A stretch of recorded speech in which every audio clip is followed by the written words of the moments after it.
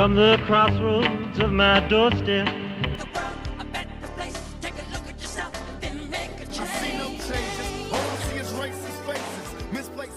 Ever wondered about those epic collaborations that almost happened but didn't? Today, we're diving into the missed opportunities where some of the greatest artists of all time decided to pass on working together. Stay tuned. You won't believe the stories we've uncovered. 10. Bob Dylan's dream collaboration. Bob Dylan, the folk icon turned rock legend, had a grand vision in 1969. An album featuring collaborations with none other than the Beatles and the Rolling Stones. Legendary producer Glenn Johns spills the beans in his memoir Sound Man, revealing that Dylan himself approached him with this audacious idea. Johns recalls Dylan's intricate plan, saying, "I had it all figured out. We would pool the best material from Mick and Keith, Paul and John, Bob and George, and then select the best rhythm section from the two bands to suit whichever songs we were cutting." Imagine the musical brilliance that could have emerged from such a powerhouse lineup. The idea originated during a chance meeting at a New York airport between Johns and Dylan. Rolling Stone reports that Dylan, impressed by John's work on the Rolling Stones albums Beggar's Banquet and Let It Bleed, expressed his admiration and inquired about John's recent sessions with the Beatles. That's when Dylan pitched the concept of a collaborative album involving these iconic bands. The initial response from potential participants was overwhelmingly positive. Johns reveals Keith Richards and George Harrison thought it was fantastic, and he suggests that Charlie Watts and Bill Wyman were on board as long as everyone else was interested. However, the stumbling block came from the remaining three influencers, John Lennon, Paul McCartney, and Mick Jagger. John Lennon, though not outright dismissive, wasn't particularly enthusiastic. On the other hand, both Paul McCartney and Mick Jagger flatly said, "Absolutely not." And just like that, Dylan's dream collaboration hit a roadblock. Despite the setback, life went on for the involved musicians. Johns went on to produce Dylan's 1984 concert album, Real Live. Meanwhile, Dylan found collaboration avenues with George Harrison in the Traveling Wilburys. In a twist of fate, McCartney later extended an invitation to Dylan for collaboration, saying, "Hey Bob, what's happening? Where's the party?" While the grand album featuring Dylan, the Beatles, and the Rolling Stones never materialized, Dylan continued contributing to the music world. He participated in a Paul McCartney tribute album covering Things We Said Today for The Art of McCartney. 9. LCD Sound System's Dilemma of Britney Spears.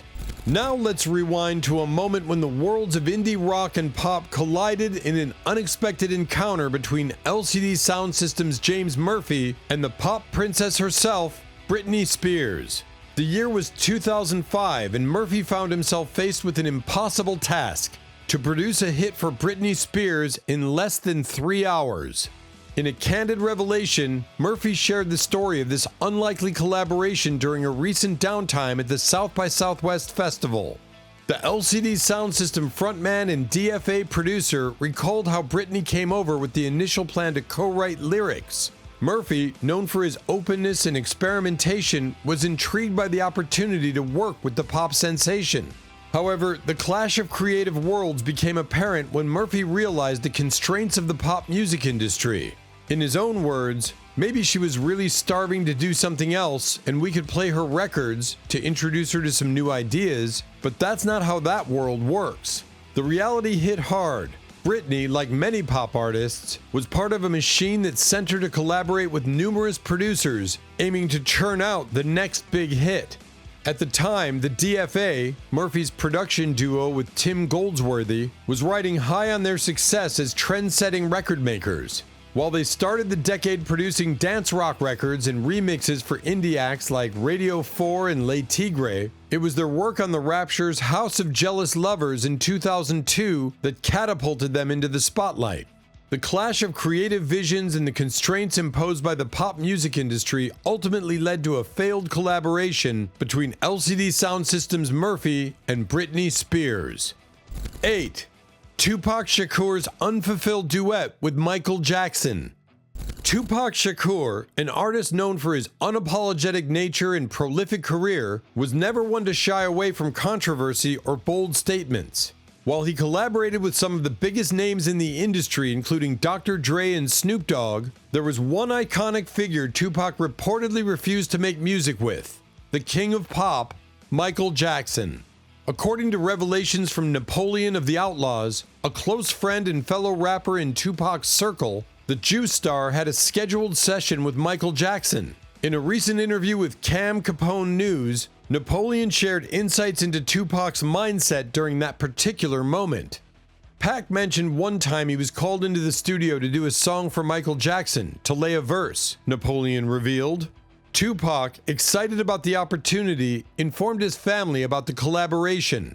However, when he arrived at the studio, things took an unexpected turn. He went to the studio and he's like, "Where's Michael Jackson?" recounted Napoleon. Unfortunately, Jackson was running late and chose not to show up at the last minute. This turn of events left Tupac with a sour taste, as Napoleon explained. They said, "Oh, he can't come. They want you to lay the verse." He got up and left, and that's Michael Jackson. He wasn't man enough to come say hi to me and speak to me? I don't want to get on his song. According to Napoleon, Tupac's decision was rooted in principles of professionalism and respect. Regardless of Michael Jackson's immense star power, Tupac perceived the situation as unprofessional and disrespectful. He walked out on the opportunity because he was more about ethics and morals. Like, "We look up to you. If you want me to be on the song, at least say hi to me." I don't think Pac was just doing stuff for money, Napoleon emphasized. It was more personal if he got on a record with you and stuff like that. He didn't really care about the money. 7.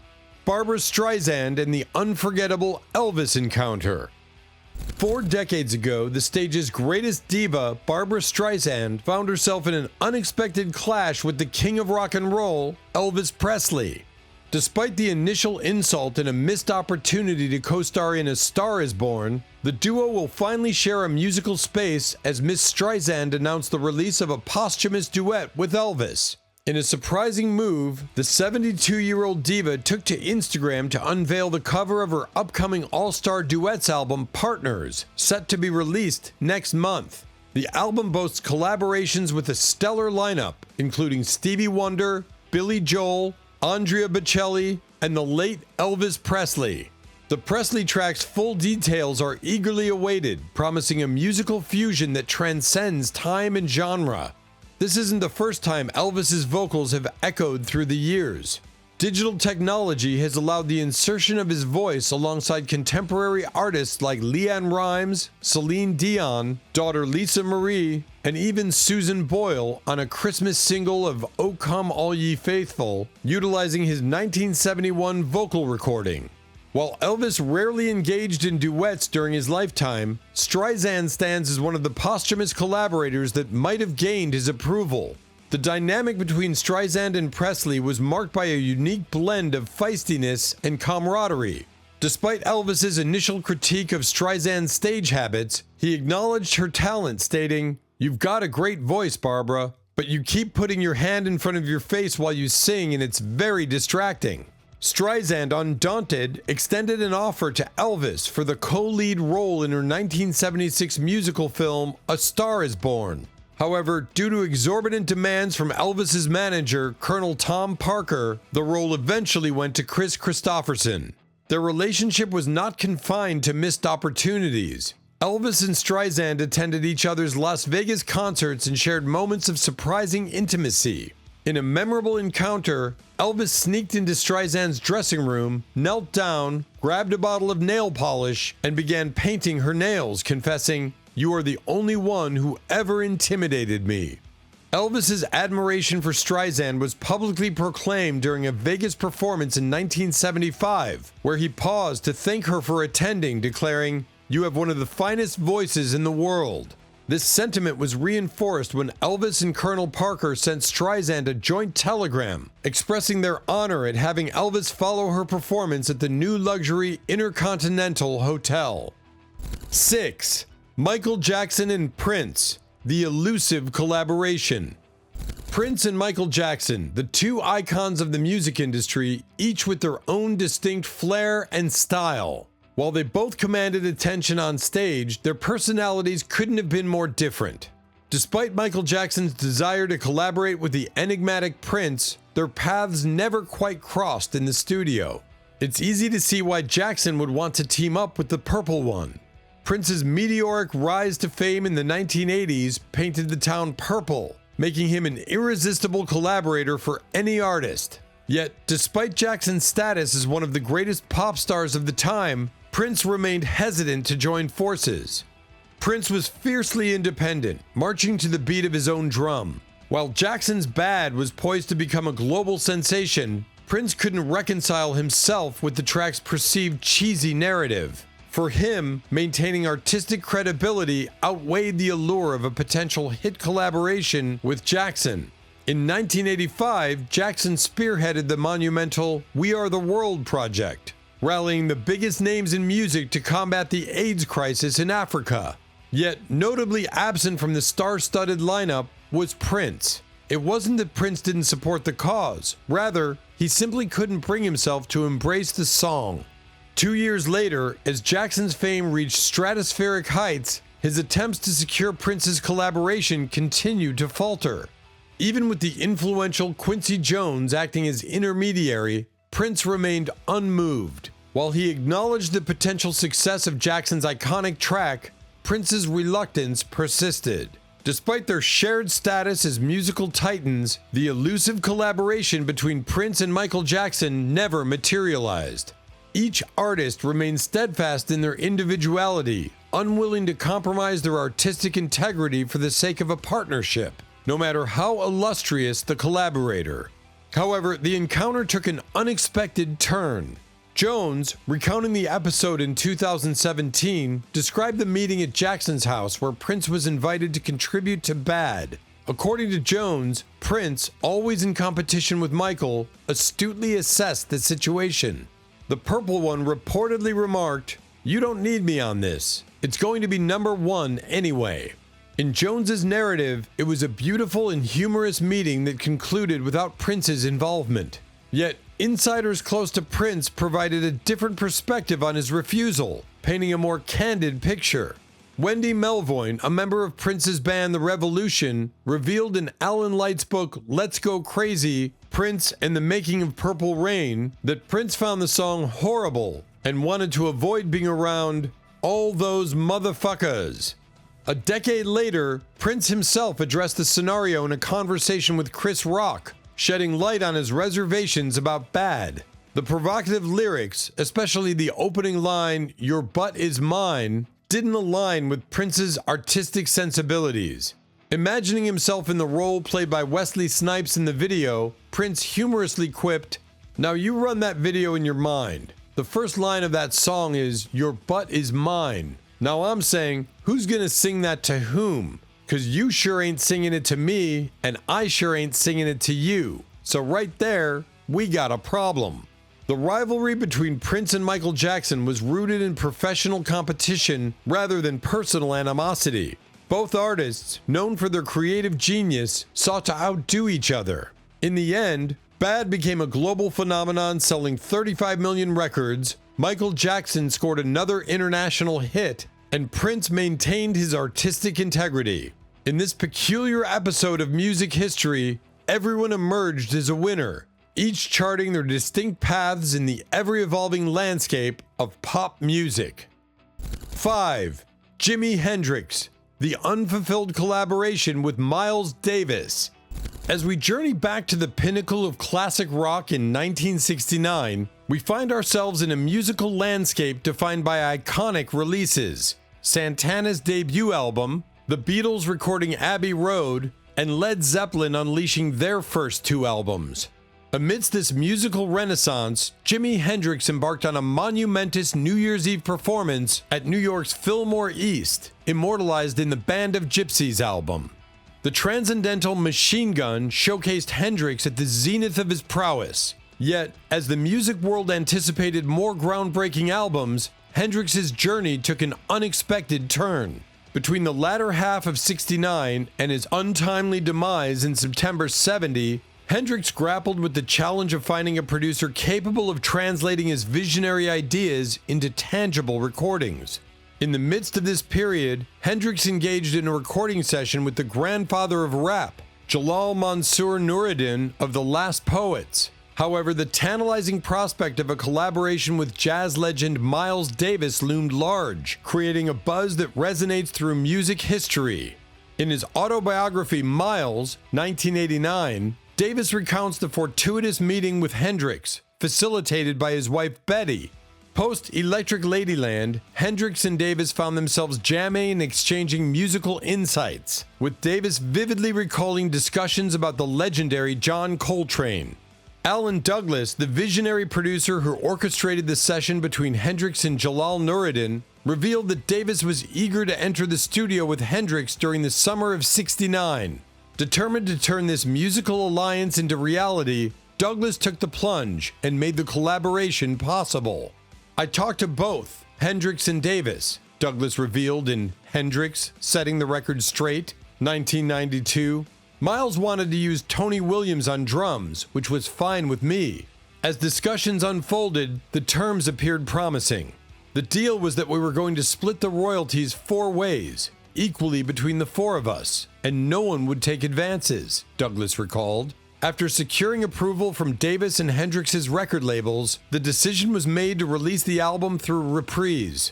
With potential earnings in the hundreds of thousands, Douglas saw a lucrative opportunity given Davis's industry standing and Hendrix's recent headlining act at Woodstock, where he commanded the highest fee. Booking studio time at the Hit Factory in Midtown Manhattan, Douglas sensed the magnitude of the project. However, a twist of fate occurred when, just before the scheduled session, Hendrix sent a telegram to London, inviting Paul McCartney to join the musical endeavor. Unfortunately, McCartney, residing at his Scotland farm, remained oblivious to the invitation. Despite this unexpected development, Douglas and Hendrix had everything in place: the date, time, and the planned program. Each artist, Hendrix, Tony Williams, and Miles Davis, was slated to contribute 3 original tunes. However, with only 30 minutes left before the session's commencement, Douglas received a call from Davis's manager. In a surprising turn, the manager conveyed that Davis insisted on receiving $50,000 up front before entering the studio. Douglas, caught off guard, dialed Davis at home, but the jazz legend initially ignored the calls. Eventually answering, Davis affirmed his demand for the money. Frustrated and irate, Douglas vented his frustration, leading Hendrix to make a decisive declaration. "Fuck it," he exclaimed, signaling the end of this potentially groundbreaking collaboration. 4. Coldplay, the missed collaboration with David Bowie. David Bowie, the quintessential creative chameleon, left an indelible mark on the music world through his iconic collaborations and boundary-pushing artistry. From Robert Smith to Freddie Mercury, Bowie's roster of musical partnerships is legendary. Yet, even for such a prolific collaborator, there were moments when Bowie had to decline certain offers. In a poignant reflection on Bowie's influence, Coldplay's Johnny Buckland and Will Champion shared their admiration for the musical icon in a 2016 conversation with the NME just days after Bowie's untimely passing. Buckland expressed his profound sadness at Bowie's death, emphasizing the profound impact Bowie's music had on their own artistic journey. "We've all loved his music for as long as we've known about music," Buckland reflected, echoing the sentiment of countless musicians inspired by Bowie's trailblazing career. Champion added to the conversation, highlighting Bowie's unparalleled influence on music genres and the ethos of rock and pop stardom.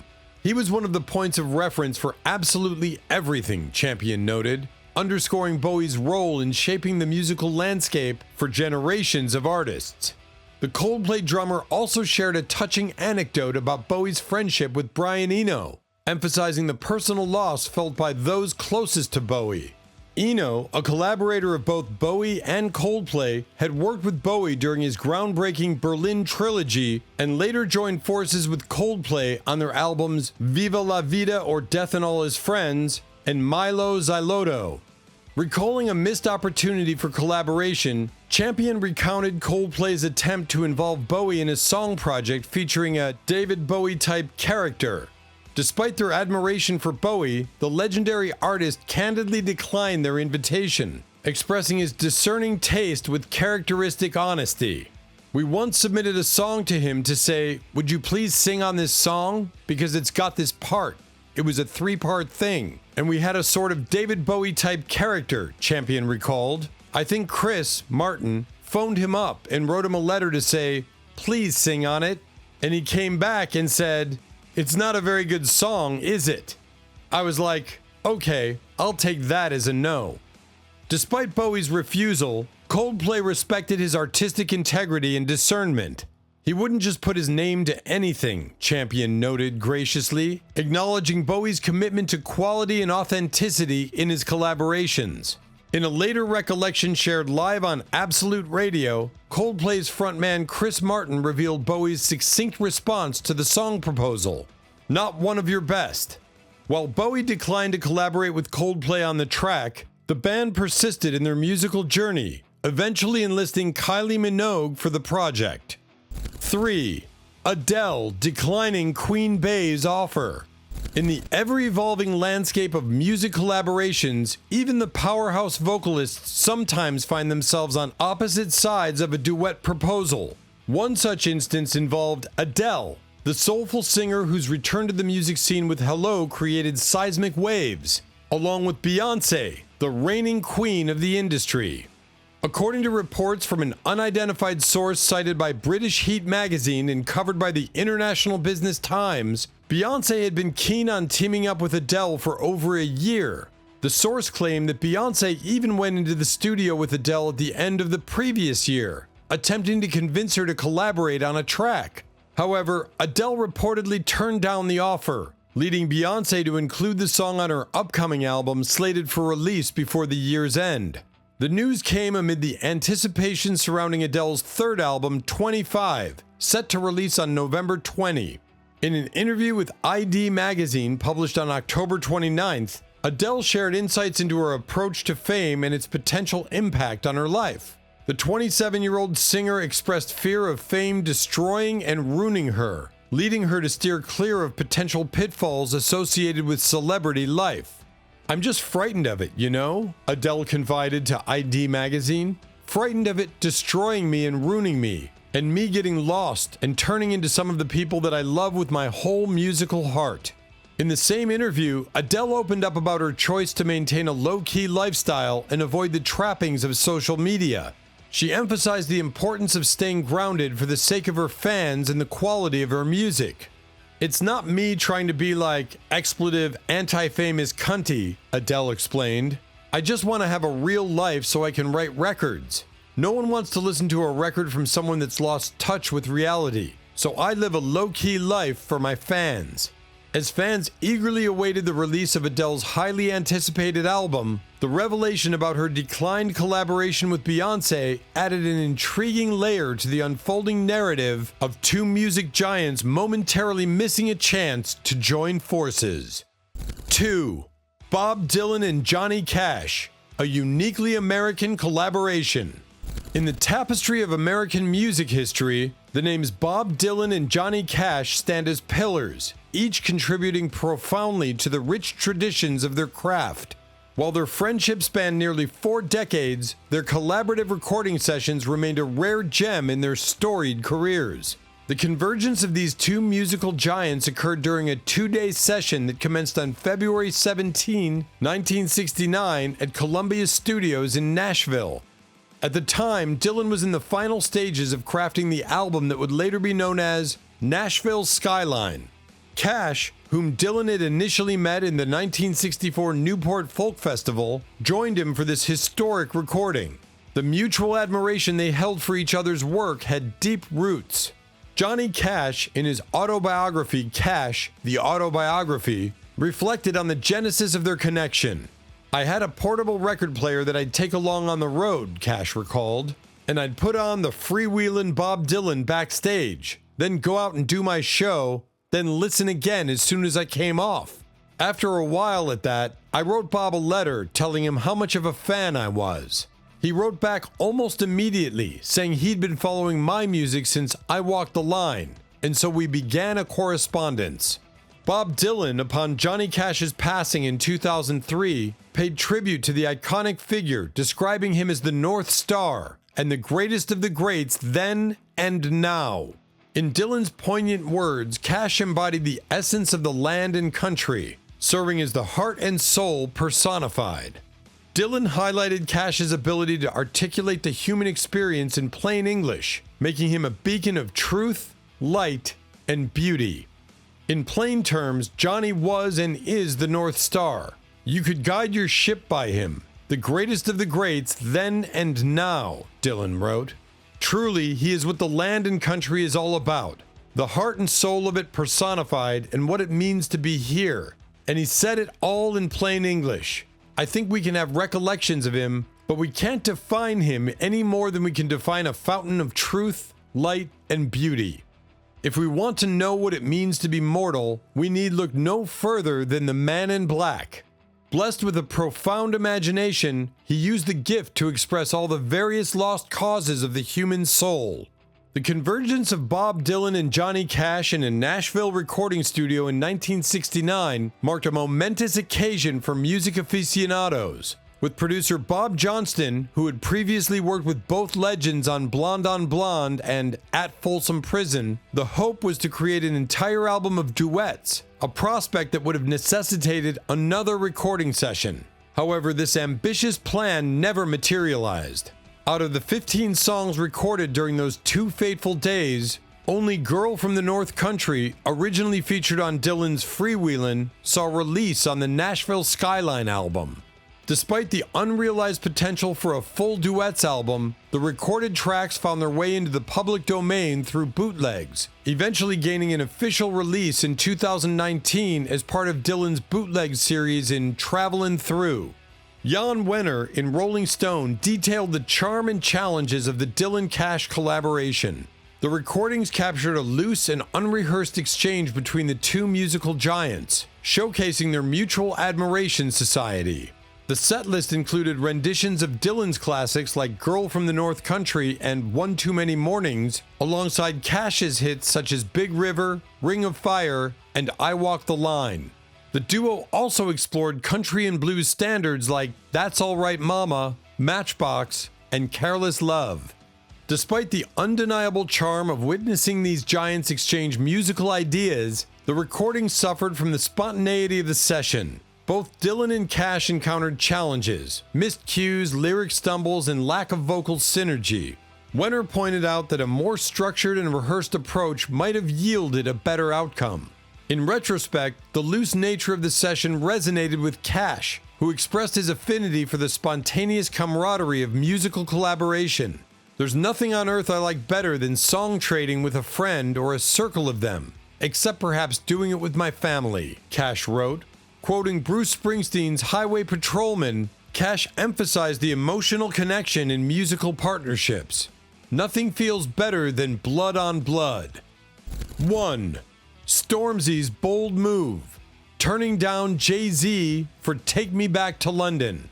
In the dynamic world of music collaborations, one decision by UK grime star Stormzy made headlines and showcased the power of artistic conviction.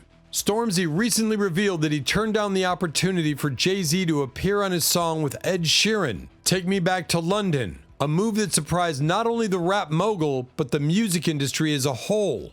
During an interview on ITV's Jonathan Ross show, Stormzy shared the behind-the-scenes story of how he prevented Jay-Z from joining the track, despite the rapper expressing interest. The decision was not taken lightly by Stormzy, who referred to Jay-Z as his #1 hero inspiration. The grime artist recounted feeling conflicted, stating, "I felt proper bad because I was like, you're saying no to Jay-Z." Despite the initial shock, Stormzy asserted his artistic vision, explaining that he believed Jay-Z's inclusion would not be the right fit for the song.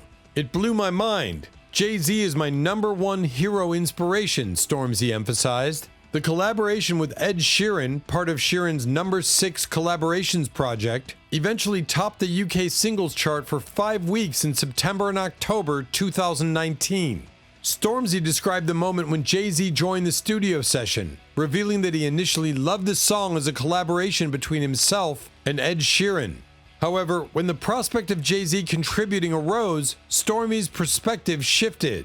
"I was like, I love this song, but you being on the song changes everything," Stormzy recalled. In a surprising twist, Stormzy candidly communicated his concerns to Jay-Z. "If you didn't ask me this, I would have just written my verse and we would have done it and I would have never questioned it.